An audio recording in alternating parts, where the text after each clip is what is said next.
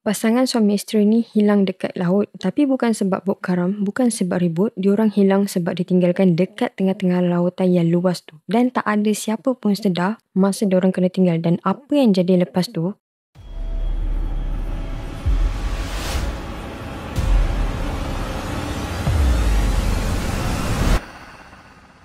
hai guys, Kin kembali lagi dengan story yang menarik, misteri dan seram. Kali ni Kin nak cerita pasal pasangan suami isteri yang tengah seronok bercuti, buat aktiviti yang diorang paling suka. Tapi siapa sangka, percutian tu jadi peristiwa hitam. Bukan sebab bencana alam, tapi sebab satu kecoian yang tak patut berlaku langsung.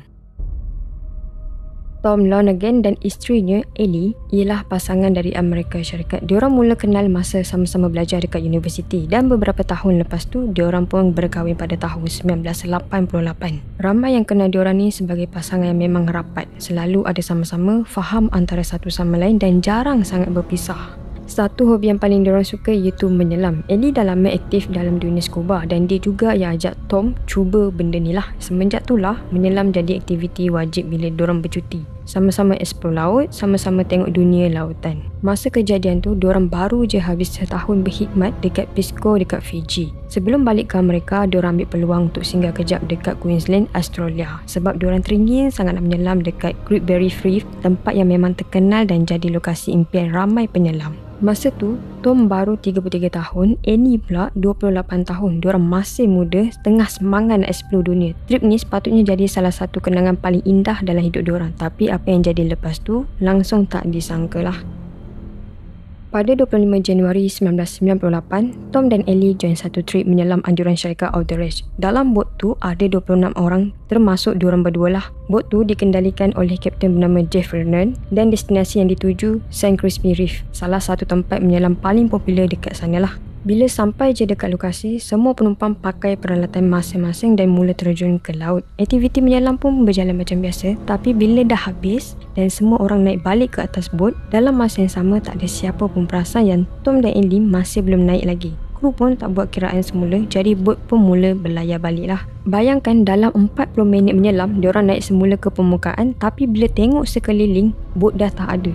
Yang ada cuma bunyi angin, bunyi ombakan perlahan, dan dekat situ tak ada orang langsung. Cuma Tom dengan Ellie je terapung berdua dekat tengah lautan seluas tu, dan tak ada sesiapa pun tahu yang diorang masih dekat situ. Yang lebih menyedihkan, 2 hari lepas kejadian tu baru kapten bot sedar ada penumpang tertinggal. Puncanya sebab dia ternampak satu beg atas bot. Bila dia cek dalam tu, ada pasport, dompet dan barang peribadi milik Tom dengan Ellie. Masa tu lah baru semua orang sedar ada 2 penyelam yang hilang lah.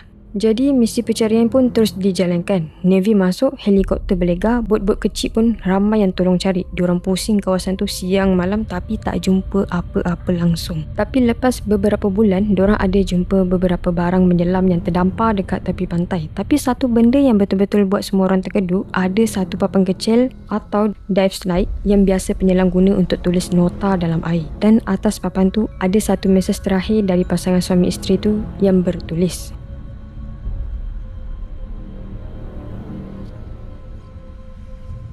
bila kes ni mula tersebar, macam-macam teori keluar. Ada yang cakap kru bot ni cuai sebab tak kira betul-betul penumpang. Ada juga yang percaya Tom dengan Ellie sendiri rancang untuk hilangkan diri. Tapi ada satu teori yang lebih berat. Kononnya salah seorang daripada diorang dah lama simpan niat untuk akhiri segalanya, dan pasangannya mungkin sekali terheret sama. Selepas tu keadaan jadi makin kecoh bila polis jumpa dari peribadi milik diorang. Dalam tu ada beberapa catatan yang buat orang mula fikir bukan-bukan. Ada nota yang Tom tulis pasal kematian, bukan bunuh diri, tapi macam dia dah penat dengan semua benda dan nak pergi dengan cara yang tenang. Ellie pula ada tulis yang dia risau kalau Tom terus ikut rasa tu, dia sendiri mungkin akan terikut sekali. Tapi keluarga diorang tolak mentah-mentah teori ni. Diorang percaya anak-anak diorang takkan buat macam tu. Ramai juga pakar percaya Tom dengan Ellie mungkin alami dehidrasi, hilang arah dan akhirnya lemas, atau jadi mangsa jerung yang lalu dekat kawasan tu. Laut tempat diorang menyelam tu memang dikenali ada spesies jerung yang besar, tapi tanpa mayat tak ada siapa boleh sahkan apa sebenarnya yang jadi.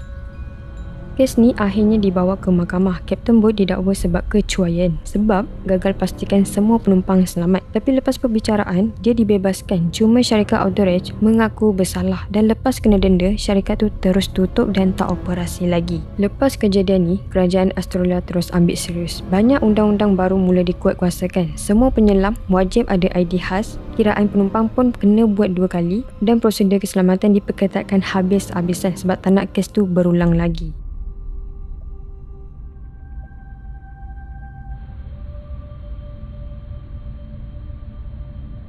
Sampai ke hari ni, mayat Tom dengan Ellie langsung tak dijumpai. Tak ada bukti, tak ada jawapan. Cuma satu nota terakhir dan kehilangan yang kekal jadi misteri. Dan sampai sekarang, kita semua masih tertanya-tanya apa sebenarnya yang jadi pada Tom dengan Ellie lepas bot tu tinggalkan diorang.